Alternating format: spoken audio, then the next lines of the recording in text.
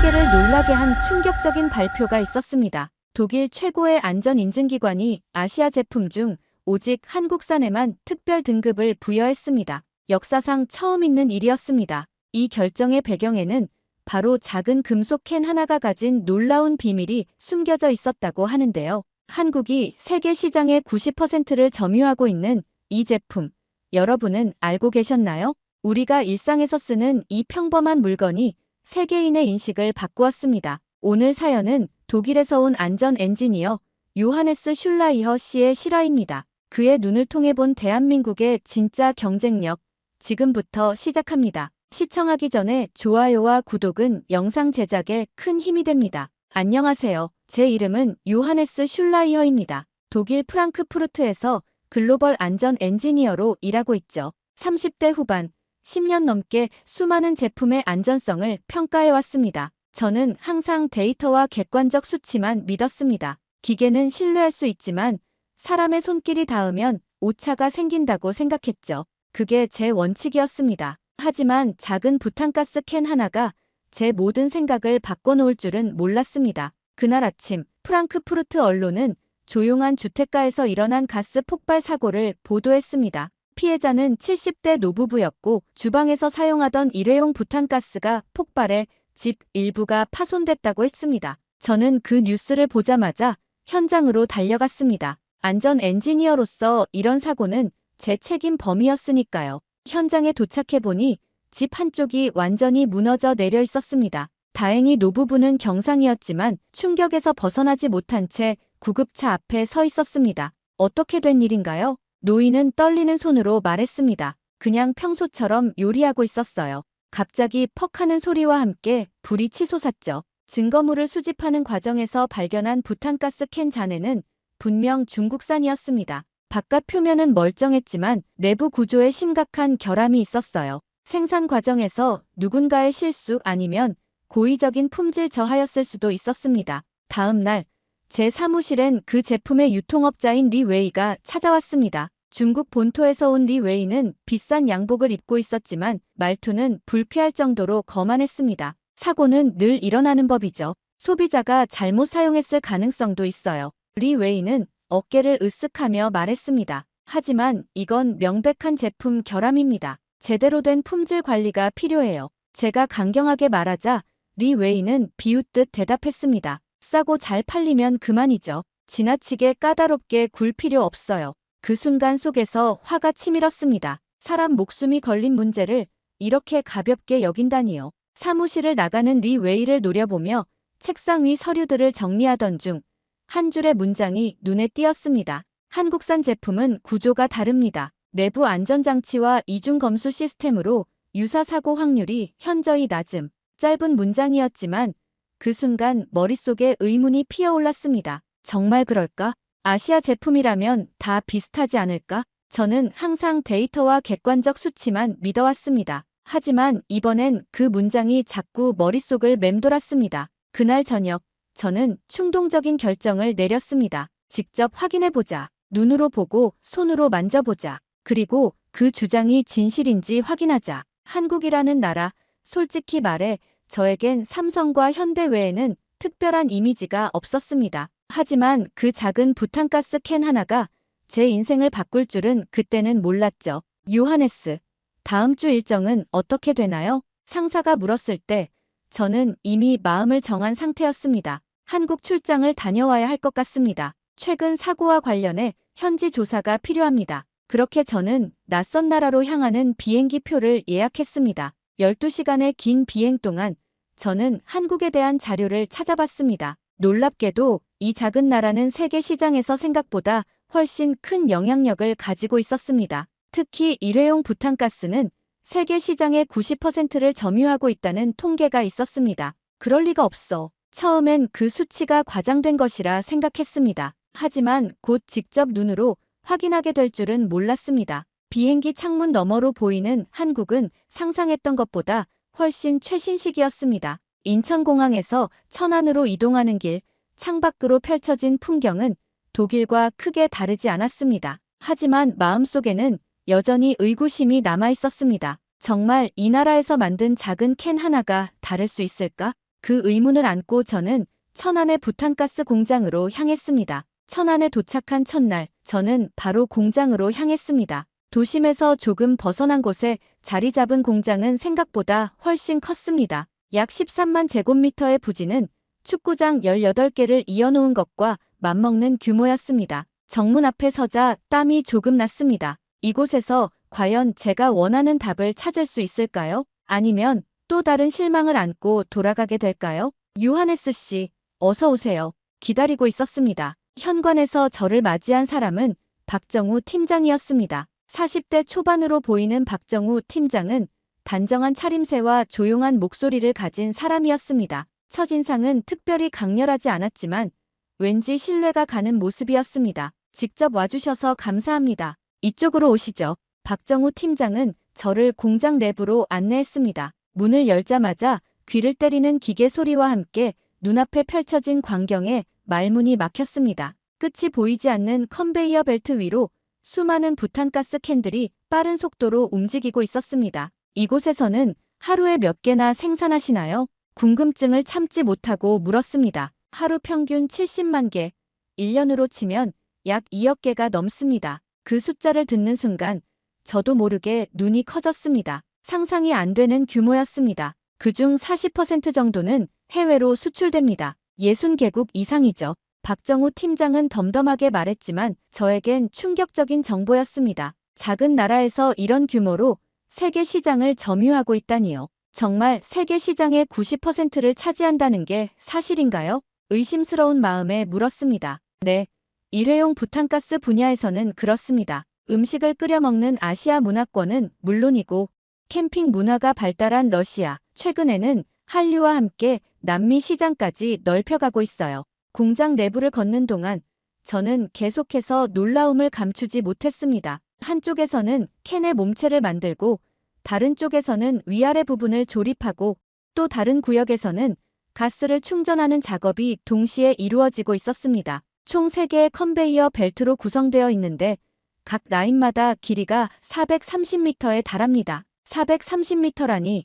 한 라인만 해도 400m 달리기 트랙보다 길었습니다. 그런 라인이 3개나 있다니요. 박정우 팀장은 계속해서 공장을 안내했습니다. 처음에는 단순히 자동화된 기계들이 대부분의 일을 하는 줄 알았습니다. 하지만 가까이서 보니 곳곳에 작업자들이 있었습니다. 작업자들은 기계 옆에서 제품을 살피고 때로는 직접 손으로 검수하고 있었습니다. 기계만으로는 부족한가요? 순간 궁금증이 생겼습니다. 네, 기계는 정밀하지만 한계가 있습니다. 사람의 눈과 손이 더 중요한 부분이 많죠. 박정우 팀장의 그 말에 처음으로 제 생각이 흔들리기 시작했습니다. 저는 항상 자동화와 데이터를 신뢰해왔습니다. 사람은 오차를 만들고 기계는 정확하다고 믿었으니까요. 하지만 이곳에선 그 두 가지가 완벽하게 조화를 이루고 있는 것 같았습니다. 실제로 이 공장의 불량률은 얼마나 되나요?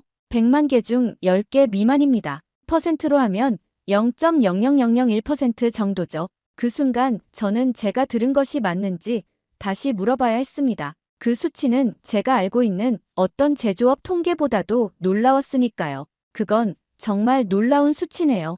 요하네스 씨, 이제 더 자세히 보여드릴게요. 따라오시죠. 박정우 팀장은 저를 또 다른 구역으로 안내했습니다. 이곳에서 저는 한국의 제조업이 단순한 기술이 아닌 무언가 다른 철학을 가지고 있다는 것을 느끼기 시작했습니다. 박정우 팀장은 저를 뜨거운 수증기가 피어오르는 구역으로 안내했습니다. 그곳에는 한 여성이 집중해서 컨베이어 벨트를 응시하고 있었습니다. 55도의 뜨거운 물이 담긴 수조를 지나는 부탄가스 캔들을 하나하나 눈으로 확인하는 모습이었습니다. 여긴 온수 테스트 구간입니다. 가스 누기를 확인하는 중요한 공정이죠. 박정우 팀장의 설명에 저는 의아했습니다. 센서나 자동화 장비로 하면 더 효율적이지 않을까요? 그러자 박정우 팀장은 고개를 흔들었습니다. 미세한 기포는 사람의 눈이 더 정확하게 잡아냅니다. 이 자리에 계신 분은 김정혜 님이세요. 15년 넘게 이 일을 해오셨죠. 김정혜 씨는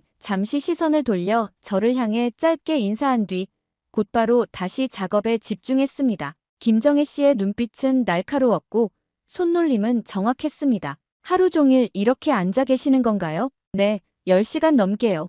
허리도 아프고 눈도 피로하지만 중요한 일이니까요. 김정혜 씨는 시선을 떼지 않고 대답했습니다. 왜 이렇게까지 하시나요? 그냥 기계에 맡기면. 제 질문이 끝나기도 전에 김정혜 씨가 말했습니다. 내 가족도 이걸 써요. 그리고 누군가의 가족도 쓰겠죠. 그러니 대충 할 수 없어요. 그 말에 저는 잠시 할 말을 잃었습니다. 단순한 품질 관리가 아니었습니다. 그건 책임감이었고 사명감이었습니다. 박정우 팀장은 계속해서 공장을 안내했습니다. 한쪽에서는 캔의 윗부분에 분홍빛 고무 패킹을 입히는 작업이 진행 중이었습니다. 이건 왜 하는 건가요? 가스가 새지 않도록 이중으로 안전장치를 하는 겁니다. 작은 부분 같지만 이게 안전을 결정하죠. 작업자는 하나하나 눈으로 확인하며 불량품을 걸러내고 있었습니다. 컨베이어 벨트는 분당 1200개의 속도로 움직이고 있었지만 작업자의 손은 그보다 더 빨랐습니다. 이렇게 빠른 속도로 정확하게 검수가 가능한가요? 처음에는 힘들지만 10년 정도 하면 눈이 적응합니다. 옆에 있던 작업자가 웃으며 말했습니다. 10년이라니 그 시간 동안 같은 자리에서 같은 일을 한다는 것이 저에겐 상상이 안 됐습니다. 독일에서는 보통 2년에서 3년마다 직무를 바꾸는 편인데요. 여기선 그렇게 오래 같은 일을 하시나요? 그게 바로 차이점입니다. 우리는 한 가지 일에 전문성을 갖추는 것을 중요하게 생각합니다. 박정우 팀장의 말에 저는 생각에 잠겼습니다. 어쩌면 제가 효율성만 추구하다가 전문성의 가치를 간과했던 건 아닐까요? 가스 충전 구역은 특별히 더 엄격한 보안 절차가 있었습니다. 모든 작업자는 정전기 방지복을 입고 있었고 곳곳에 가스 누전 감지기가 설치되어 있었습니다. 혹시 모를 사고를 방지하기 위한 조치입니다. 안전을 최우선으로 생각하니까요. 박정우 팀장의 설명을 들으며 저는 그동안 아시아 제품에 대해 가졌던 선입견이 조금씩 무너지는 것을 느꼈습니다. 이곳에서는 값싼 생산 비용보다 안전과 품질이 우선이었습니다. 충전을 마친 부탄가스 캔들은 다시 온수 테스트 구간으로 이동했습니다. 이번에는 충전 후 누기 확인이었습니다. 작업자들은 여전히 한치의 오차도 허용하지 않는 자세로 제품을 검수하고 있었습니다. 이런 섬세한 작업을 하루 종일 하면 정말 힘들 것 같은데요. 물론 힘듭니다. 하지만 이게 우리가 세계 시장에서 인정받는 이유입니다. 그 말에 저는 고개를 끄덕일 수밖에 없었습니다. 이제야 왜 한국산 부탄가스가 세계 시장의 90%를 차지하는지 조금씩 이해가 됐습니다. 갑자기 공장 안에 알람 소리가 울려 퍼졌습니다. 저는 놀라서 주변을 둘러봤지만 작업자들은 당황하지 않는 모습이었습니다. 오히려 일사불란하게 움직이기 시작했습니다. 무슨 일인가요? 밸브 감지 센서에 오류가 발생한 것 같네요. 잠시 라인을 멈추겠습니다. 박정우 팀장은 침착하게 말하며 작업자들에게 지시를 내렸습니다. 몇몇 작업자들이 빠르게 문제 지점으로 이동했고 나머지는 각자의 위치에서 상황을 주시했습니다. 제 예상과 달리 누구도 당황하거나 혼란스러워하지 않았습니다. 마치 미리 연습한 것처럼 모두가 자신의 역할을 정확히 알고 있었습니다. 평소에도 이런 일이 자주 있나요? 가끔 있습니다. 완벽한 시스템은 없으니까요. 중요한 건 문제가 생겼을 때 얼마나 빠르고 정확하게 대응하느냐입니다. 박정우 팀장의 말은 심플했지만 그 안에 담긴 철학은 깊었습니다. 문제는 언제든 발생할 수 있습니다. 하지만 그것을 어떻게 해결하느냐가 진짜 실력이라는 거죠. 몇 분 후 라인은 다시 움직이기 시작했습니다. 작업자들은 곧바로 원래의 업무로 돌아갔고 마치 아무 일도 없었던 것처럼 공장은 정상 가동됐습니다. 정말 빠르게 해결하네요. 우리는 기계보다 사람을 더 믿습니다.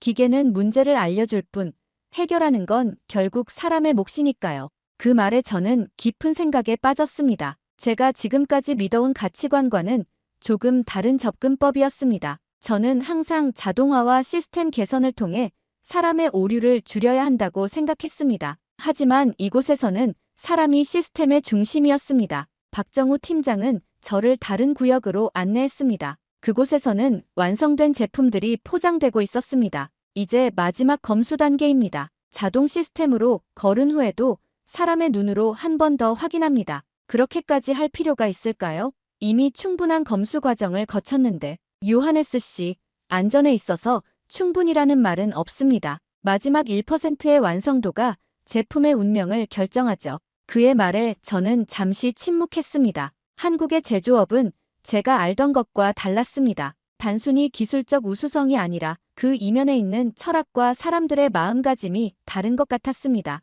기계가 제 역할을 다했다고 해서 우리의 책임이 끝나는 것은 아닙니다. 오히려 그때부터가 진짜 시작이죠. 박정우 팀장의 말은 제게 깊은 인상을 남겼습니다. 그것은 단순한 품질 관리가 아니라 제품에 대한 끝없는 책임감이었습니다. 공장 내부를 돌아보는 동안 저는 작업자들의 표정을 유심히 관찰했습니다. 힘든 환경에서 장시간 같은 일을 반복하는데도 작업자들의 눈빛에는 자부심이 있었습니다. 누구의 강요가 아닌 스스로의 기준에 맞게 일하는 모습이었습니다. 박 팀장님, 솔직히 말씀드려도 될까요? 저는 아시아 제품이라면 다 비슷할 거라고 생각했습니다. 하지만 오늘 본 것들은 제 생각을 많이 바꿔놓았네요. 박정우 팀장은 잠시 웃더니 말했습니다. 요하네스 씨, 우리에게 이건 단순한 제품이 아닙니다. 이 작은 캔 하나에 메이드 인 코리아라는 이름이 새겨져 있죠. 그 무게를 우리는 알고 있습니다. 그 말에 저는 처음으로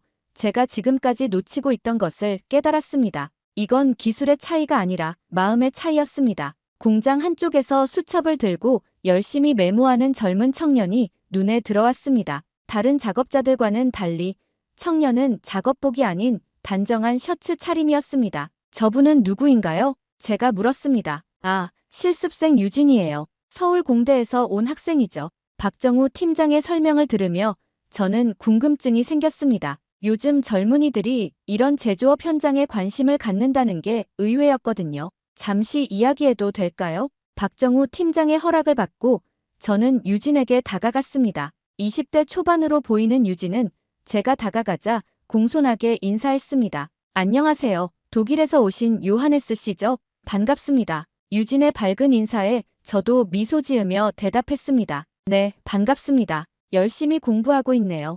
왜 다른 첨단 기술 분야가 아닌 이런 전통적인 제조업을 선택했나요? 솔직한 제 질문에 유진은 잠시 생각하더니 진지하게 대답했습니다. 사실 이건 첨단 기술이에요. 겉으로 보기엔 단순해 보여도 안전과 품질을 유지하는 기술은 매우 복잡하거든요. 유진의 대답이 의외였습니다. 저는 이런 제조업을 구식이라고 생각했는데 유진의 시각은 달랐습니다. 그래도 요즘 젊은이들은 IT나 인공지능 같은 분야를 더 선호하지 않나요? 유진은 고개를 끄덕이다가 이내 진지한 표정으로 말했습니다. 맞아요. 친구들 대부분은 그쪽으로 가죠. 하지만 저는 이런 제품이 우리 일상에 미치는 영향력에 더 관심이 있어요. 제 부모님도 이거 쓰세요. 그래서 제대로 배워야겠다고 생각했어요. 그 말은 마치 김정혜 씨의 말과 똑같았습니다. 내 가족도 이걸 써요. 이 단순한 문장이 이들에게는 책임감의 원천이었습니다. 실제로 현장에서 배우는 게 맞나요? 정말 많아요. 학교에서는 이론만 배우잖아요. 하지만 여기서는 왜 그런 이론이 필요한지, 실제로 어떻게 적용되는지 볼 수 있어요. 유진의 눈빛은 배움에 대한 열정으로 가득했습니다. 유진은 단순한 견학을 넘어 진정으로 이 일을 이해하고 발전시키고 싶어 하는 것 같았습니다. 미래에는 어떤 일을 하고 싶어요? 이런 제품의 안전성을 더 높이는 연구를 하고 싶어요. 기술은 계속 발전하지만 기본적인 안전 원칙은 변하지 않거든요. 저는 유진의 대화를 들으며 깊은 인상을 받았습니다. 젊은 세대까지 이런 가치관을 가지고 있다는 것은 한국의 제조업 정신이 단순한 현상이 아닌 깊은 뿌리를 가지고 있다는 증거였습니다. 박 팀장님, 이런 실습생들이 많이 오나요? 네, 최근에는 더 늘었어요. 단순히 취업을 위한 스펙이 아니라 진짜 배우려는 학생들이 늘고 있습니다. 박정우 팀장의 말에 저는 한국의 미래가 더욱 밝아 보였습니다. 기술만으로는 얻을 수 없는 사람의 마음에서 비롯되는 품질, 그것이 이 나라의 진정한 경쟁력이 아닐까 싶었습니다. 유진이 다시 작업자들 사이로 돌아가 질문하고 메모하는 모습을 보며 저는 문득 제 젊은 시절을 떠올렸습니다. 저도 처음에는 이렇게 열정적이었을까요? 언제부터 데이터와 수치만을 믿고 그 이면의 사람들을 보지 못하게 되었을까요? 제가 독일에서 온 목적을 아시나요? 제가 유진에게 물었습니다. 네, 중국산 부탄가스 폭발 사고 때문에 오셨다고 들었어요. 맞아요. 처음에는 아시아 제품이 다 비슷할 거라고 생각했어요. 하지만 이곳에서 보니 완전히 다르네요. 유진은 자신감 있게 대답했습니다. 한국 제품은 달라요. 우리는 절대 안전을 타협하지 않으니까요. 그 말에 저는 더 이상 의심할 필요가 없다고 느꼈습니다. 젊은 세대까지 이런 확고한 가치관을 가지고 있다면 이 나라의 미래는 분명 더 밝을 것입니다. 공장 견학을 마치며 저는 마음속으로 오늘 본 것들을 정리했습니다. 기술, 시스템, 그리고 그 이면에 있는 사람들의 마음가짐. 이 세 가지가 완벽한 조화를 이루고 있었고 그 결과가 바로 세계 시장 90%를 차지하는 한국산 부탄가스였습니다. 독일로 돌아온 지 일주일 후 본사에서 긴급 회의가 열렸습니다. 중국산 부탄가스 폭발 사고 이후 유럽 시장에서의 안전 기준을 재검토하는 자리였습니다. 회의실에 들어서자 익숙한 얼굴이 보였습니다. 중국 유통업자 리 웨이였습니다. 리 웨이는 여전히 비싼 양복을 입고 있었고 얼굴에는 자신감이 넘쳤습니다. 이번 사고는 불가항력적인 일이었습니다. 어떤 제품도 100% 안전을 보장할 수는 없죠. 리 웨이의 말에 저는 속으로 분노가 치밀었습니다. 그것은 불가항력이 아니라 명백한 품질 관리 실패였습니다. 그리고 일부에서 한국산 제품이 더 안전하다고 하는데 그건 과장된 이야기입니다. 결국 아시아에서 만든 제품은 다 비슷합니다. 한국 제품도 포장만 좀 멀쩡할 뿐이죠. 그 말에 저는 더 이상 참을 수 없었습니다. 리 웨이 씨, 제가 직접 한국 공장을 방문하고 왔습니다. 그곳에서 본 것은 당신의 말과 완전히 다릅니다. 제 발언의 회의실 분위기가 갑자기 긴장됐습니다. 모두의 시선이 저에게 집중됐습니다. 한국 부탄가스 공장의 불량률은 100만 개 중 10개 미만입니다. 0.00001%라는 놀라운 수치죠. 이건 단순한 포장 차이가 아닙니다. 리 웨이는 여전히 냉소적인 표정이었습니다. 숫자 노름이죠. 실제로는 다 비슷합니다. 아닙니다. 제가 직접 눈으로 확인했습니다. 한국 제품이 세계 시장의 90%를 차지하는 데에는 이유가 있습니다. 상사가 저에게 물었습니다. 요하네스, 정확히 무엇이 다른가요? 저는 잠시 생각에 잠겼습니다. 어떻게 하면 제가 본 것들을 정확히 전달할 수 있을까요? 단순한 기술적 차이가 아니라 그 이면에 있는 정신을 어떻게 설명할 수 있을까요? 사람입니다. 회의실에 잠시 침묵이 흘렀습니다. 한국 공장에서 본 것은 단순한 자동화 시스템이 아니었습니다. 15년 경력의 작업자가 뜨거운 물속에서 미세한 기포를 찾아내는 장면, 젊은 공학도가 현장에서 배우는 모습, 그리고 무엇보다 내 가족도 이걸 쓴다는 책임감. 제 말에 리 웨이는 비웃음을 감추지 못했습니다. 감성팔이는 그만하시죠. 결국 비즈니스는 비용과 효율성의 문제입니다. 아닙니다. 진정한 비즈니스는 신뢰의 문제입니다.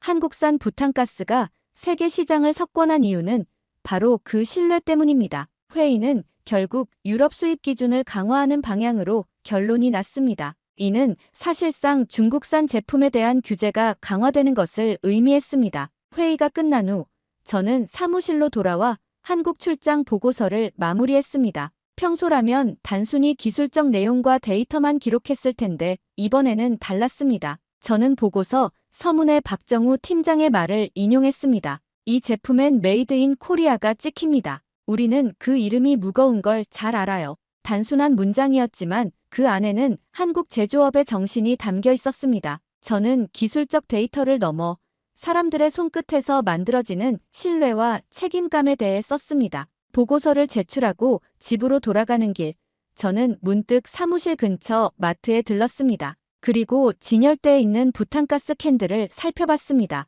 대부분은 중국산이었지만 한쪽 구석에 메이드 인 코리아라고 쓰인 제품이 있었습니다. 가격은 조금 더 비쌌지만 저는 망설임 없이 그것을 골랐습니다. 한국에서의 마지막 날, 박정우 팀장은 저를 출하 직전 최종 검수 공정으로 안내했습니다. 이곳은 모든 과정을 거친 제품이 마지막으로 확인되는 곳이었습니다. 자동 검사로 걸러진 제품도 최종적으로는 이곳에서 사람의 눈으로 확인합니다. 박정우 팀장은 직접 한 캔을 집어들었습니다. 그리고 꼼꼼하게 살펴보기 시작했습니다. 미세한 기포, 표면의 주름, 극미한 오염까지 모두 제품의 안전에 영향을 줄 수 있습니다. 박정우 팀장의 손끝은 마치 외과 의사처럼 섬세했습니다. 수백만 개의 제품 중 하나일 뿐인데 마치 유일한 작품을 다루는 것 같은 집중력이었습니다. 이렇게 하나하나 확인하는 게 가능한가요? 하루에 70만 개를 생산한다면서요. 모든 제품을 확인하는 건 아닙니다.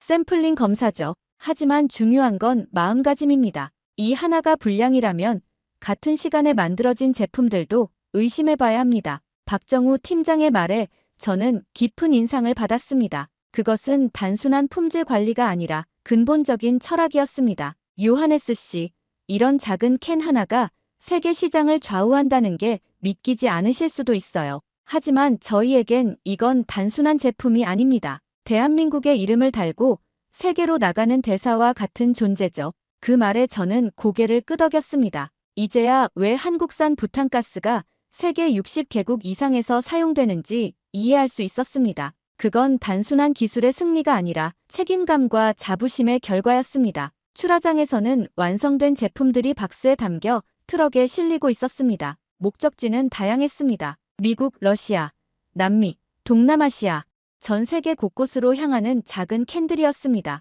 이 제품들은 어떤 기준으로 수출하나요? 각 나라마다 요구사항이 다를 텐데요. 네, 나라마다 안전 기준이 다릅니다. 하지만 저희는 가장 까다로운 기준에 맞춰 모든 제품을 만듭니다. 그게 더 효율적이기도 하고 무엇보다 안전을 최우선으로 생각하니까요. 이런 태도가 한국 제품이 세계적으로 인정받는 이유였습니다. 최소한의 기준을 맞추는 것이 아니라 가능한 한 가장 높은 기준을 스스로 설정하는 것. 그것이 진정한 경쟁력이었습니다. 제가 독일로 돌아가면 이곳에서 본 것들을 정확히 전달하고 싶습니다. 특히 리 웨이 같은 사람들의 편견을 바로잡고 싶어요. 박정우 팀장은 미소를 지었습니다. 그냥 보신 그대로 전하시면 됩니다. 저희는 화려한 말보다 제품이 말해주길 바랍니다. 박정우 팀장의 말처럼 한국의 제조업은 화려한 광고나 마케팅보다 제품의 품질로 승부하고 있었습니다. 그리고 그 핵심에는 사람이 있었습니다. 공장을 나서기 전 저는 작업자들에게 인사를 건넸습니다. 하루 종일 같은 자리에서 집중하는 작업자들의 노고가 세계 시장을 움직이고 있다는 사실이 새삼 놀라웠습니다. 정말 감사합니다. 덕분에 많은 것을 배웠습니다. 김정혜 씨는 잠시 일을 멈추고 웃으며 대답했습니다. 별 말씀을요. 저희는 그저 맡은 일을 하는 것뿐입니다.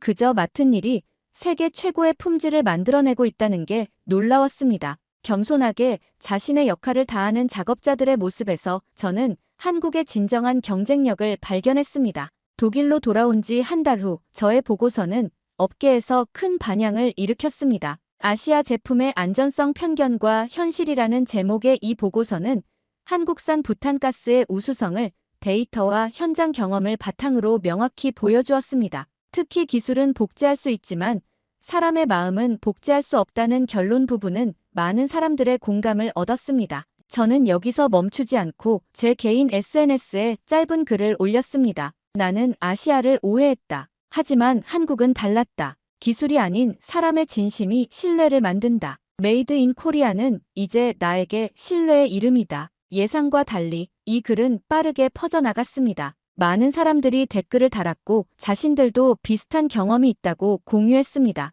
놀랍게도 이 반응은 독일에 국한되지 않았습니다. 전 세계 여러 나라에서 관심을 보였고 심지어 한국 언론에서도 이 이야기를 다루기 시작했습니다. 어느 날 박정우 팀장에게서 메일이 왔습니다. 요하네스 씨, 당신의 글을 보고 우리 직원들이 많이 감동했습니다. 단순히 우리 제품을 칭찬해 주신 것이 아니라 제품 뒤에 있는 사람들의 노력을 알아봐 주셔서 진심으로 감사합니다. 그 메일을 읽으며 저는 제가 한국에서 보낸 짧은 시간이 얼마나 가치 있었는지 다시 한번 깨달았습니다. 그것은 단순한 비즈니스 출장이 아니라 제 인생의 관점을 바꾼 소중한 경험이었습니다. 얼마 후 저는 유럽 안전기준협회의 세미나에서 연사로 초청받았습니다. 주제는 글로벌 시장에서의 제품 안전성이었습니다. 강연을 준비하며 저는 한국에서의 경험을 어떻게 전달할지 고민했습니다. 대형 스크린에 천안 공장의 사진을 띄우며 저는 말을 시작했습니다.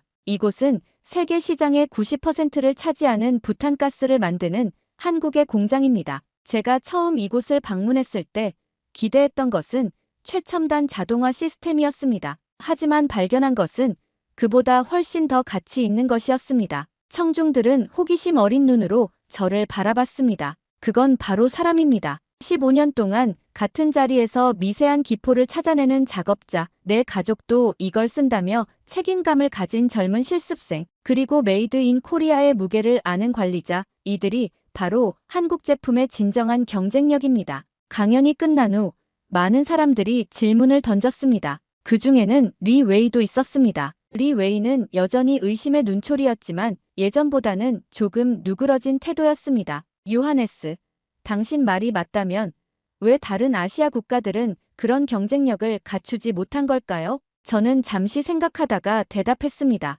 그건 아마도 역사와 문화의 차이일 겁니다. 한국은 짧은 시간에 놀라운 발전을 이룬 나라입니다. 그 과정에서 형성된 장인 정신과 책임감이 제조업의 DNA가 된 것 같습니다. 세미나가 끝난 후 저는 사무실로 돌아왔습니다. 책상 위에는 한국에서 가져온 작은 부탄가스 캔이 놓여 있었습니다. 그것은 이제 단순한 제품이 아니라 제게 중요한 가치를 상기시키는 상징이 되었습니다. 저는 창문 너머 프랑크푸르트의 풍경을 바라보며 생각했습니다. 불과 몇 개월 전 저는 아시아 제품에 대한 편견을 가진 평범한 엔지니어였습니다. 하지만 지금은 데이터 너머의 사람을 볼 줄 아는 사람이 되었습니다. 그리고 이 모든 변화는 작은 부탄가스 캔 하나에서 시작되었다는 사실이 놀라웠습니다. 이제 저는 자신 있게 말할 수 있습니다. 한국은 제가 알던 아시아가 아니었습니다. 그곳에는 기술을 넘어선 진심이 있었고 그 진심이 세계를 움직이고 있었습니다.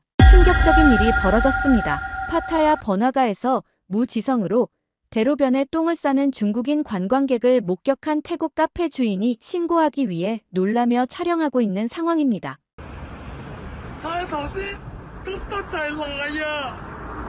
한때 한국 관광객들로 번창했던 파타야가 중국인들로 인해 똥밭이 되며 무법천지가 되었다고 합니다. 설상가상으로 한국에서 단체로 쫓겨난 태국인 불법 체류자들 가득하자 당황하는 모습입니다. 도대체 지금 태국에서 무슨 일이 벌어진 걸까요? 한국 제발 우리를 살려주세요 라며 호소하는 태국 카페 주인의 충격적인 이야기.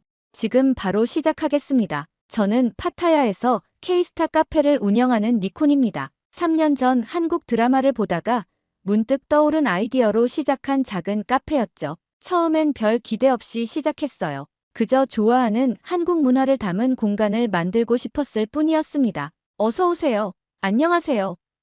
한국어로 인사하는 법부터 배웠습니다. 벽에는 BTS, 블랙핑크 포스터가 가득했고 메뉴판에는 불고기, 김치찌개, 떡볶이 같은 한국 음식들을 태국식으로 재해석해 올렸어요. 한국 드라마 OST를 틀어놓고 한국 예능 프로그램을 상영하며 분위기를 만들었죠. 와, 이거 진짜 한국 같아요. 처음 방문한 한국인 관광객이 말했을 때 그 뿌듯함이란. 그날부터 입소문이 퍼지기 시작했습니다. 인스타그램에 사진이 올라가고 한국 여행 커뮤니티에서 필수 방문 코스로 소개되면서 손님이 물밀듯이 몰려왔어요. 한 달 만에 저희 카페는 파타야에서 가장 핫한 장소가 되었어요. 한국인 관광객들은 고향의 맛과 향수를 느끼러 왔고 태국인들은 한류 문화를 직접 체험하러 왔죠. 주말이면 줄이 거리까지 이어졌습니다. 매일 아침 문을 열기도 전에 기다리는 손님들을 보는 것이 일상이 되었어요. 니콘, 너 정말 대박이구나. 비결이 뭐야? 옆 가게 주인 파이가 물었어요. 한국 덕분이지. 한국 문화가 없었다면 이런 성공은 불가능했을 거야. 저는 솔직히 대답했습니다. 파이는 부러운 눈빛으로 저를 바라봤죠. 주변 가게들이 하나둘 문을 닫는 동안 제 가게만 번창하니 그럴만도 했습니다. 매일 저녁 장부를 정리하는 시간이 가장 행복했어요. 하루 매출이 전에 일하던 호텔 월급의 3배가 넘었으니까요. 한국인 손님들은 특히 팁도 넉넉했습니다. 수고하세요 하며 건네는 그 미소가 참 따뜻했어요. 덕분에 빚도 갚고 어머니 수술비도 마련하고 동생 대학 등록금도 보낼 수 있었습니다. 저는 한국 문화를 더 깊이 이해하기 위해 한국어를 배우기 시작했어요. 유튜브로 한국어 강의를 들으며 메모하고 한국인 손님들과 짧은 대화를 나누며 실력을 키웠죠. 오, 한국어 정말 잘하시네요. 라는 말을 들을 때마다 가슴이 뿌듯했습니다. 한국인 단체 관광객 10명이 한꺼번에 방문했던 날은 잊을 수 없어요. 그날은 준비한 음식이 모자랄까봐 직원들과 밤새 준비했습니다. 그리고 정작 당일에는 진땀을 뺐지만 모두가 만족하며 떠나는 모습에 보람을 느꼈죠. 그런데 어느 날 태국 뉴스에서 한국의 경제 성장 소식을 들으며 묘한 감정이 생겼습니다. 뿌듯함과 동시에 약간의 질투도 느꼈어요. 한국은 왜 이렇게 잘 되는 걸까? 우리 태국은 언제쯤 저렇게 될 수 있을까? 한국의 성공 비결을 알고 싶었습니다. 파타야 해변을 걸으며 명품 가방을 든 한국인 관광객들을 볼 때마다 부러움이 컸습니다. 그들이 제 카페에 와서 돈을 쓰니 좋지만 한편으론 그들의 오만한 태도가 가끔 거슬렸어요. 태국 음식은 너무 맵다. 태국은 더워서 힘들어. 태국은 한국보다 발전이 느리네라는 말들이 귀에 들릴 때면 씁쓸했습니다. 내 나라를 무시하는 것 같아 기분이 좋지 않았어요. 미소 짓고 있지만 속으로는 화가 나기도 했습니다. 그래도 저는 미소를 잃지 않았습니다. 결국 제 성공은 한국 덕분이니까요. 카페 벽에 걸린 서울 야경 사진을 보며 언젠가 꼭 방문해야지 생각했습니다. 하지만 마음 한켠에는 우리도 언젠가 한국처럼 될 수 있을까? 그들처럼 부유해질 수 있을까?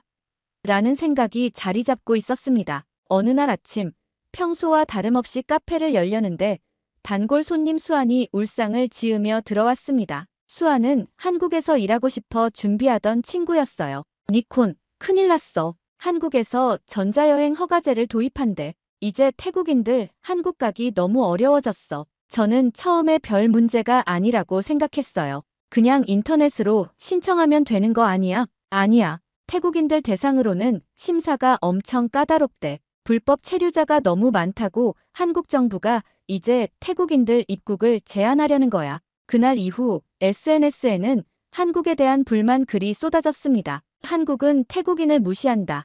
한국은 우리 돈만 필요하고 우리는 필요 없나 봐. 이제 한국 안 갈래 같은 댓글들이 늘어났어요. 파타야 상인 모임에서도 이야기가 나왔습니다. 철물점 주인 나롱이 분노에 찬 목소리로 말했어요. 내 조카가 한국 유학 준비했는데 서류 검토만 2달이래. 이건 명백한 차별이야. 미용실 주인 린다도 거들었습니다. 맞아. 내 친구는 한국 관광비자 신청했다가 거절당했어. 이유도 설명 없이. 저는 불편한 마음이 들었지만 한국인 손님들 덕분에 장사가 잘 되는 입장이라 침묵했어요. 그러나 마음속으로는 의문이 생겼습니다. 한국은 왜 우리를 이렇게 대하는 걸까? 다음 날 뉴스에서 충격적인 소식을 들었어요. 한국에서 태국인 불법 체류자 500명을 한꺼번에 강제 추방했다는 내용이었습니다. 화면에는 짐을 싸들고 울면서 공항으로 향하는 태국인들 모습이 보였어요. 이건 너무하잖아. 가슴이 아팠습니다.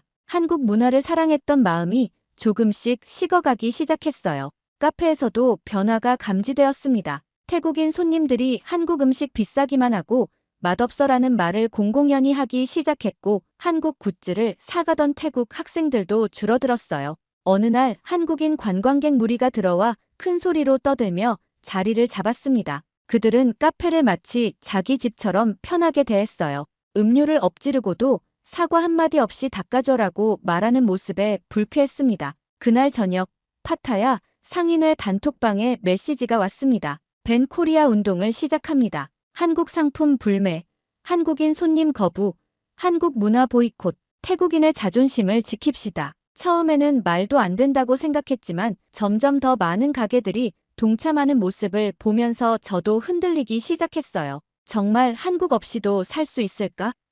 궁금했습니다. 그때 중국 관광객 단체가 제 카페를 방문했어요. 그들은 방문하자마자 여기 한국 스타일이네. 중국 스타일로 바꾸면 더 잘 될 텐데 라고 말했습니다. 그 말이 제 머릿속에 계속 맴돌았어요. 맞아. 왜 꼭 한국이어야 하지? 중국 관광객도 많은데. 다음 날 제 SNS 계정에 충격적인 뉴스가 떴습니다. 태국인 20명이 인천공항에서 입국 거부당해 36시간 동안 대기실에 갇혀 있었다는 내용이었어요. 아무런 음식도 제공받지 못했다고 합니다. 분노가 치밀었습니다. 이럴 수는 없어. 저는 결심했어요. 지금까지 한국 덕분에 잘 살았지만 이제는 다른 길을 찾을 때가 온 것 같았습니다. 상인회 단톡방에 메시지를 보냈어요. 저도 벤 코리아 운동에 동참합니다. 이제 중국인 손님을 위한 카페로 바꾸겠습니다. 한국 없이도 잘 살 수 있습니다. 가슴이 두근거렸습니다. 새로운 시작이었어요.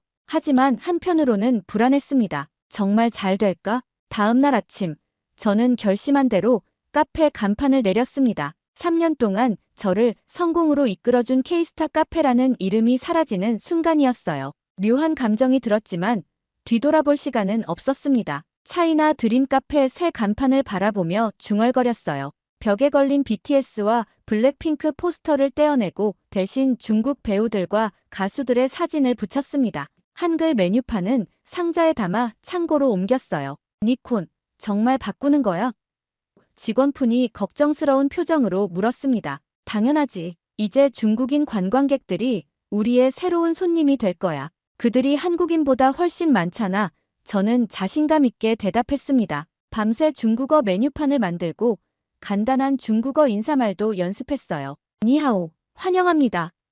어색했지만 곧 익숙해질 거라 생각했습니다. 옆 가게 파이가 들어와 변한 모습을 보더니 눈을 동그랗게 떴어요. 와, 정말 완전히 바뀌었네. 근데 한국인 단골들은 어쩌려고? 이제 중국인 손님들이 새로운 돈줄이 될 거야. 한국 없이도 잘 살 수 있어. 저는 당당하게 말했지만 마음 한구석이 불편했습니다. 그날 오후 소식을 들은 한국인 단골 손님 김민수 씨가 방문했어요.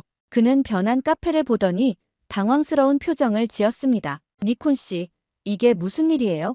카페가 완전히 바뀌었네요. 손님들의 취향이 바뀌어서요. 이제 중국 스타일로 운영하려고 합니다. 저는 시선을 피하며 대답했어요. 김민수 씨는 잠시 말없이 저를 바라보더니 한숨을 쉬었습니다. 저희가 뭐 잘못했나요? 한국인들이 말을 끝맺지 못하고 그는 돌아섰어요. 마지막으로 문을 열기 전 3년 동안 즐거웠습니다. 행운을 빕니다라고 말했습니다. 그 말이 가슴을 찔렀지만 이미 결정한 일이었어요. 일주일이 지나자 한국인 손님들은 거의 사라졌습니다. 대신 중국인 관광객들이 호기심에 가게를 들여다보기 시작했어요. 그들은 중국 음식이 있나요?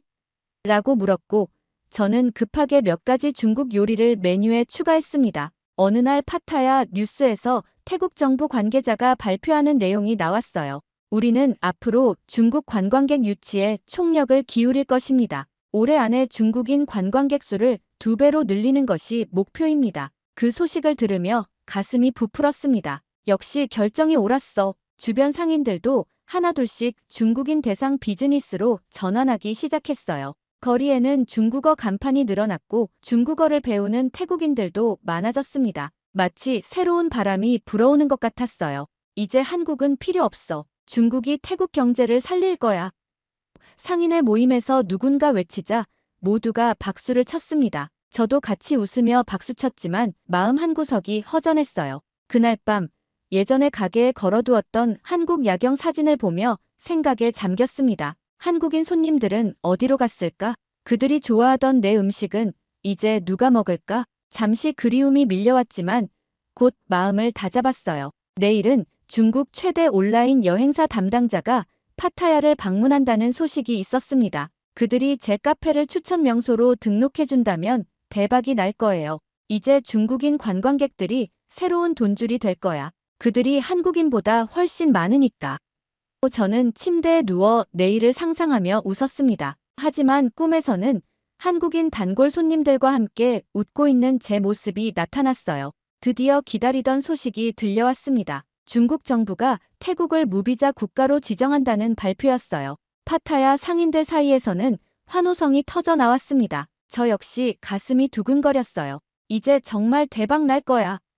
직원들과 건배를 하며 축하했습니다. 그리고 예상대로 일주일 만에 파타야는 중국인 관광객들로 넘쳐났어요. 거리마다 중국어가 들리고 중국인들을 태운 관광버스가 줄지어 도착했습니다. 제 카페 앞에도 중국인 단체 관광객들이 줄을 서기 시작했어요. 와, 정말 중국인들이 몰려오네.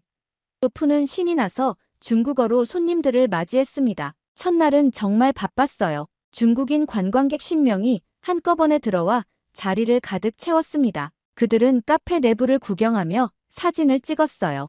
여기 K-팝 없어서 좋아요. 중국 것만 있어야 해요. 한 중국인 손님이 말했습니다. 순간 기분이 이상했지만 곧 웃음을 지었어요. 네, 이제 여기는 차이나 드림 카페입니다. 그런데 첫날부터 예상치 못한 문제가 생겼습니다. 중국인 손님들은 음료 하나를 시키고 몇 시간씩 자리를 차지했어요. 게다가 음식을 주문해도 양이 적다며 불평했습니다. 이거 중국에선 2배로 줘요. 더 주세요. 한 손님이 요구했습니다. 저는 미소를 지으며 추가 음식을 제공했지만 장부를 확인해 보니 그날 매출이 예상보다 훨씬 적었어요. 게다가 한국인 손님들은 항상 팁을 남겼지만 중국인 손님들은 팁을 전혀 주지 않았습니다. 첫날이니까 괜찮아. 앞으로 나아질 거야. 스스로를 위로했어요. 하지만 그 다음 날도 상황은 비슷했습니다. 중국인 단체 관광객들이 몰려와 사진만 찍고 음료 한 잔으로 자리를 오래 차지했어요.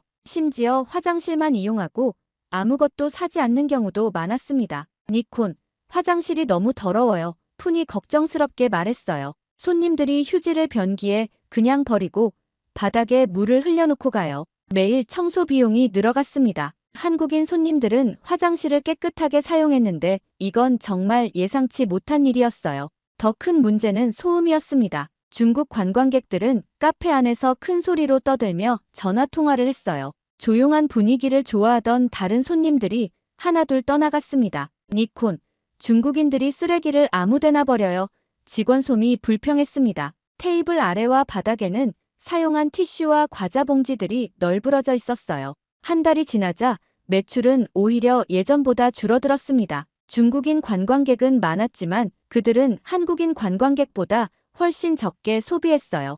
게다가 메뉴를 마음대로 바꿔달라고 요구하는 경우도 많았습니다. 이거 맵지 않게 해주세요. 이거 달게 해주세요.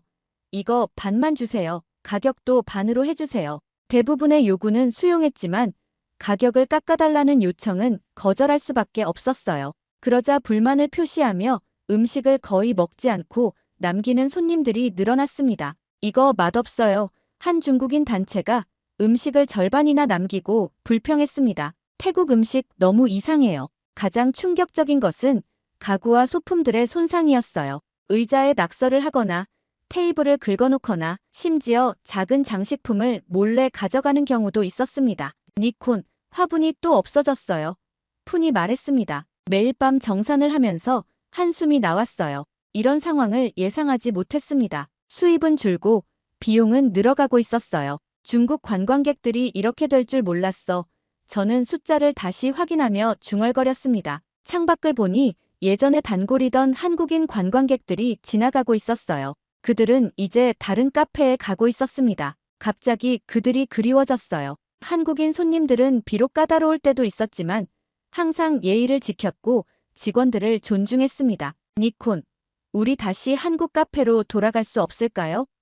푼이 조심스럽게 물었어요. 저는 고개를 저었습니다. 아직은 기다려보자. 분명히 좋아질 거야. 하지만 마음속으로는 불안감이 커져갔어요. 정말 옳은 선택을 한 걸까? 매일 아침 카페 문을 열 때마다 걱정이 커져갔습니다. 오늘은 또 어떤 일이 벌어질까 하는 불안감이 항상 따라다녔어요. 그래도 저는 웃음을 잃지 않으려 노력했습니다. 오늘은 좋은 손님들이 오겠지. 매일 아침 제 자신에게 다짐했어요. 어느 월요일 오후 카페가 한산한 시간에 중국인 남성 한 명이 들어왔습니다. 그는 주변을 둘러보더니 중앙 테이블에 앉았어요. 처음부터 뭔가 이상한 느낌이 들었습니다. 그 남성은 코를 후비며 손가락을 테이블에 문질렀어요. 저는 불쾌했지만 참았습니다. 손님은 왕이다라고 생각하며 미소를 지었어요. 어서 오세요. 무엇을 드시겠습니까? 메뉴판을 건네며 물었습니다. 그는 메뉴를 대충 훑어보더니 비웃듯이 말했어요. 이거 너무 비싸네. 반값에 줘. 어차피 싸구려잖아. 순간 화가 치밀었지만 깊게 숨을 들이마시고 참았습니다. 죄송합니다만 저희 가격은 정찰제입니다. 모든 손님께 동일한 가격으로 제공해요. 중국 사람한테 이런 태도로 나와. 우리가 얼마나 많은 돈을 태국에 쓰는지 알아? 그는 갑자기 목소리를 높였어요. 다른 손님들이 우리를 쳐다보기 시작했습니다. 저는 최대한 침착하게 대응하려 했어요. 손님, 죄송합니다만 조금만 목소리를 낮춰주시겠어요? 다른 손님들도 계세요. 그러자 그 남성은 더 큰 소리로 화를 냈습니다. 이런 쓰레기 같은 가게. 중국에선 이것보다 훨씬 좋은 커피를 반값에 마신다고. 그는 일어서서 주변 테이블로 가더니 다른 중국인 관광객들에게 큰 소리로 말했어요. 여기 너무 비싸요. 사기꾼이에요. 나가세요. 몇몇 중국인 손님들이 동조하며 수군거리기 시작했습니다. 카페 분위기가 순식간에 험악해졌어요. 저는 가슴이 쿵쾅거렸습니다. 손님, 그만하시고 나가주시겠어요? 용기를 내어 말했어요. 그 남성은 저를 노려보더니 알았어. 나갈게.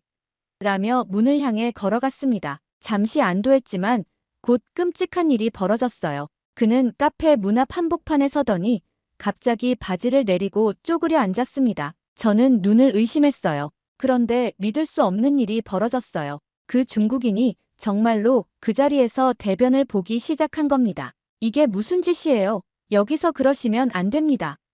저는 충격에 말을 더듬으며 외쳤어요. 하지만 그 중국인은 전혀 당황하지 않은 표정으로 제 눈을 똑바로 쳐다보며 볼일을 계속했습니다. 주변의 모든 사람들이 경악한 채로 이 광경을 지켜보고 있었어요. 태국인 행인들은 입을 다물지 못했고 일부 중국인 관광객들은 오히려 이 장면을 웃으며 휴대폰으로 촬영하기 시작했습니다. 이 미친 사람아, 당장 그만해.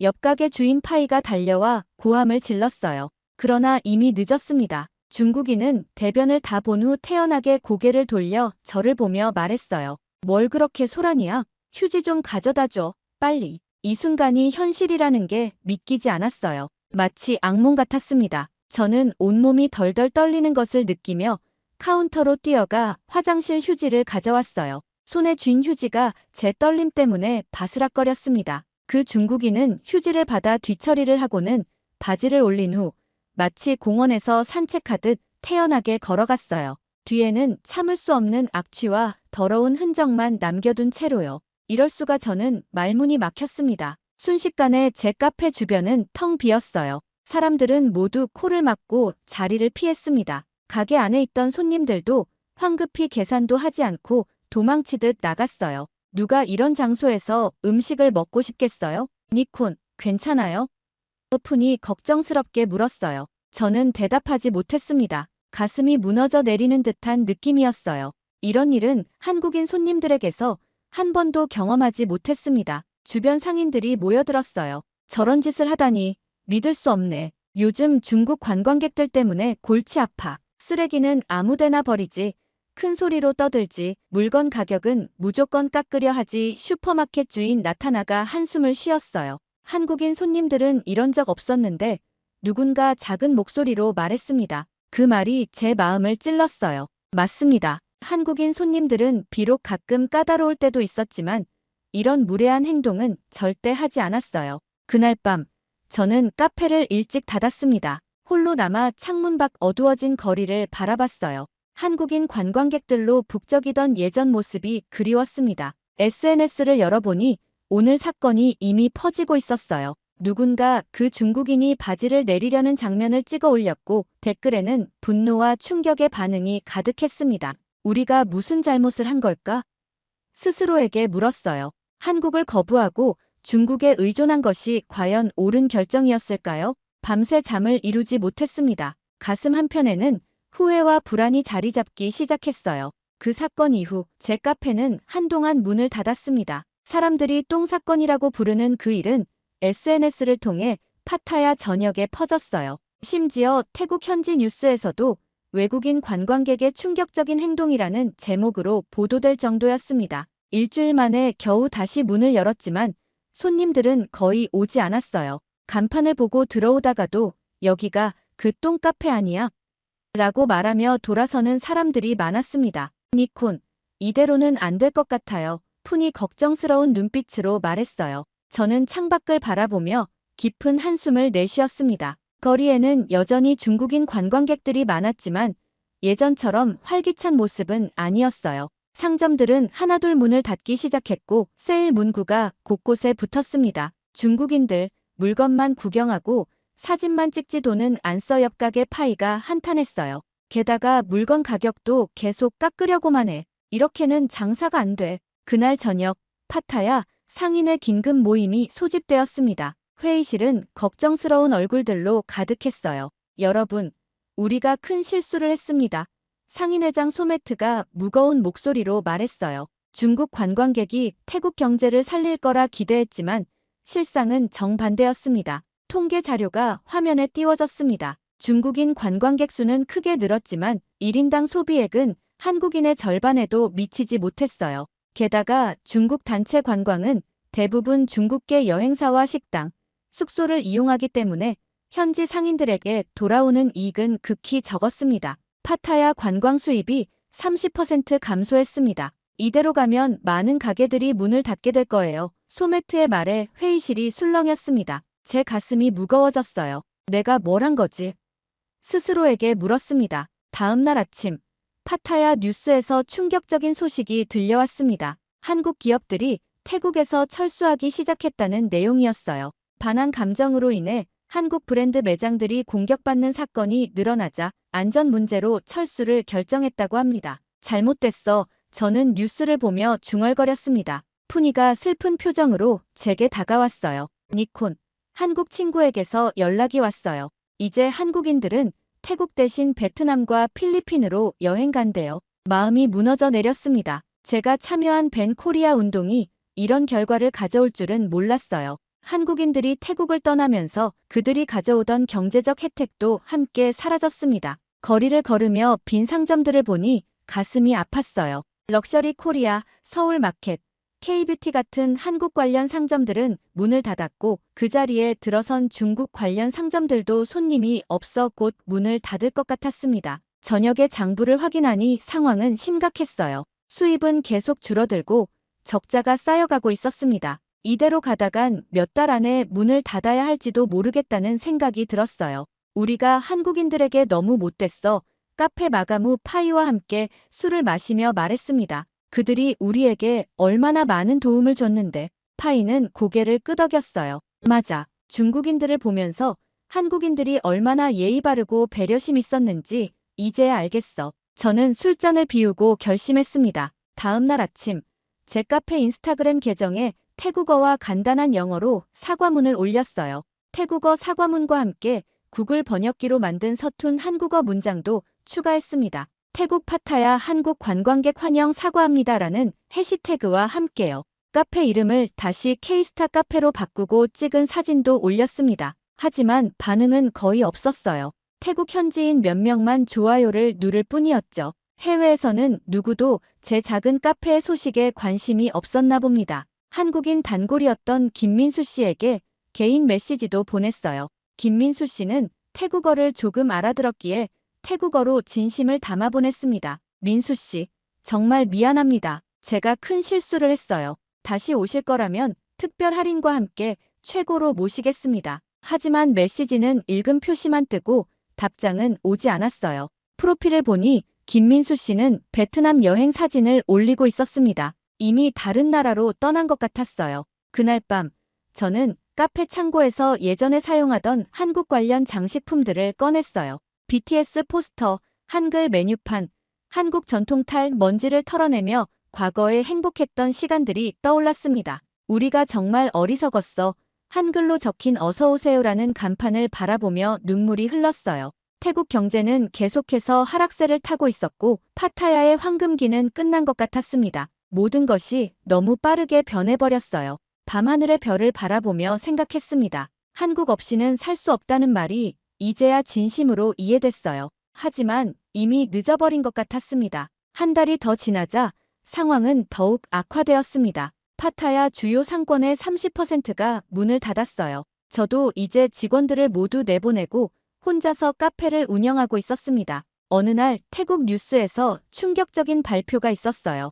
태국 관광청장이 한국을 방문해 공식 사과를 했다는 내용이었습니다. 태국은 한국과의 우호 관계를 매우 중요하게 생각합니다. 최근 발생한 불미스러운 사건들에 대해 진심으로 사과드립니다. 우리는 앞으로 태국 내 불법 체류자 문제 해결에 적극 협조하겠습니다. 하지만 한국 측의 반응은 냉담했어요. 이미 한국 기업들은 베트남과 필리핀으로 투자를 옮기고 있었고 한국 여행사들도 태국 대신 다른 동남아 국가들을 추천하고 있었습니다. 저는 카페 문을 닫을 날을 일주일 후로 정했어요. 더 이상 버틸 수 없었습니다. 마지막으로 무언가 해보고 싶다는 생각이 들었어요. 그때 우연히 유튜브에서 감동 이야기라는 한국 채널을 발견했습니다. 해외 사연을 소개하는 프로그램이었어요.